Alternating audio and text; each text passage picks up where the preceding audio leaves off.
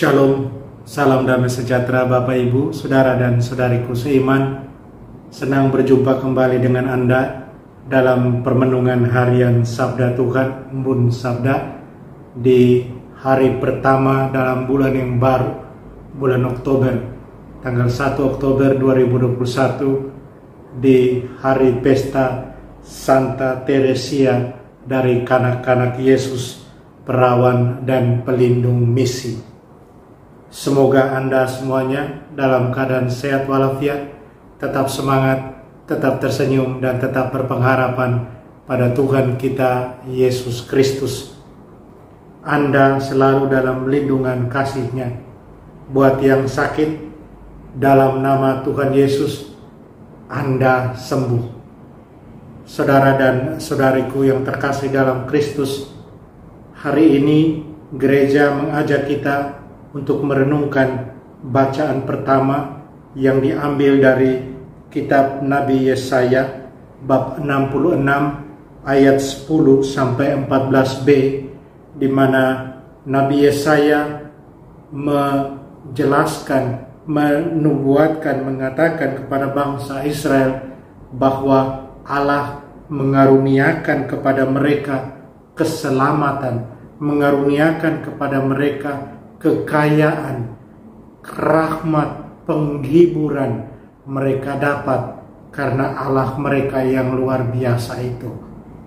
Dan bacaan Injil kita akan mendengar dari Injil Matius bab 18 ayat 1 sampai 5, di mana Yesus yang mengatakan bahwa jika orang tidak bertobat dan menjadi seperti anak kecil, maka dia tidak akan masuk dalam kerajaan surga. Yesus menjelaskan siapa yang terbesar dalam kerajaan surga. Saudara dan saudariku yang terkasih dalam Kristus, oleh karena itu, pada hari ini saya ajak kita untuk merenungkan soal menjadi seperti anak kecil, menjadi rendah hati. Adalah satu yang tidak mudah. Saya kira kita semua akan mengakui itu. Tidak mudah untuk menjadi rendah hati, menjadi seperti anak kecil, seperti yang Yesus inginkan.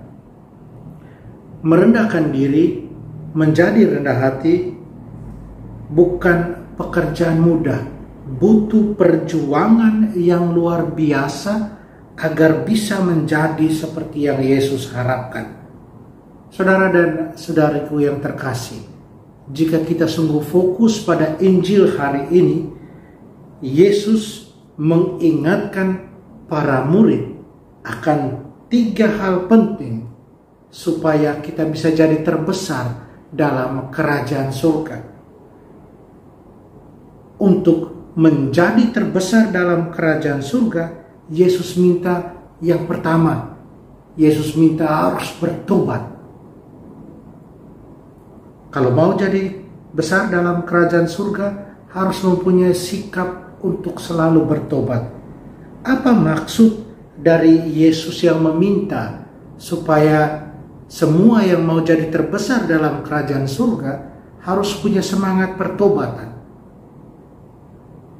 Artinya bahwa kita yang mau jadi terbesar dalam kerajaan surga, kita yang percaya pada Tuhan Yesus, harus menyadari kekecilan kita di hadapan Tuhan Allah. Kita ini tidak ada apa-apanya di hadapan Tuhan. Lebih dari itu, kita menyadari kita ini orang berdosa. Orang berdosa yang selalu membutuhkan kerahiman Tuhan, yang selalu membutuhkan belas kasihan Tuhan. Untuk apa? Agar kita diizinkan untuk boleh bergabung dengannya dalam kerajaan surga. Sikap untuk selalu mau bertobat haruslah selalu ada, selalu dikembangkan. Dengan sikap itu, maka akan muncul sikap berikutnya. Apa itu? Sikap takut akan Allah. Sikap teguh dalam iman akan terpupuk semakin baik. Karena kita sungguh menyadari kekecilan, kekerdilan kita di hadapan Tuhan Anak. Itu yang pertama yang Tuhan Yesus minta, supaya menjadi terbesar dalam kerajaan surga. Yang kedua, Tuhan Yesus minta harus menjadi seperti anak kecil. Apa yang Yesus maksudkan di sini? Saudara dan saudariku, kita tahu anak kecil. Pada zaman Yesus dan bahkan mungkin sampai sekarang di beberapa tempat, anak kecil adalah orang yang berada di tangga terbawah dari satu kelas sosial. Mereka bergantung pada orang lain. Mereka belum bisa hidup sendiri dalam arti tertentu. Mereka masih ada dalam kuasa orang lain. Itu jelas. Anak kecil bergantung pada orang tuanya, dong. Yesus minta kita yang mengikuti Dia untuk jadi demikian juga. Kita diminta untuk bergantung hanya pada Tuhan. Kita diminta untuk tidak bisa hidup tanpa Tuhan. Ya, memang benar. Kita tidak bisa hidup tanpa Tuhan. Kita mati kalau Tuhan tidak bersama kita. Kita harus ada dalam kuasa Tuhan. Hanya pada kuasa Tuhan kita tunduk, dan bukan pada kuasa-kuasa yang lain. Kita hidup penuh penyerahan diri pada Tuhan. Hidup seperti seorang anak kecil. Saudara dan saudariku yang terkasih, karena itu Yesus minta kita untuk selalu merendahkan diri. Yesus minta kita untuk selalu merendahkan diri di hadapan Tuhan. Dan Yesus minta kita untuk selalu hidup dalam semangat rendah hati. Satu semangat yang penting dalam pesiaran hidup kita ini. Itu yang kedua. Yang ketiga, Yesus minta kita kalau mau jadi terbesar dalam kerajaan surga, maka kita harus menyambut orang seperti seorang anak kecil. Menyambut anak kecil. Apa maksud Yesus di sini?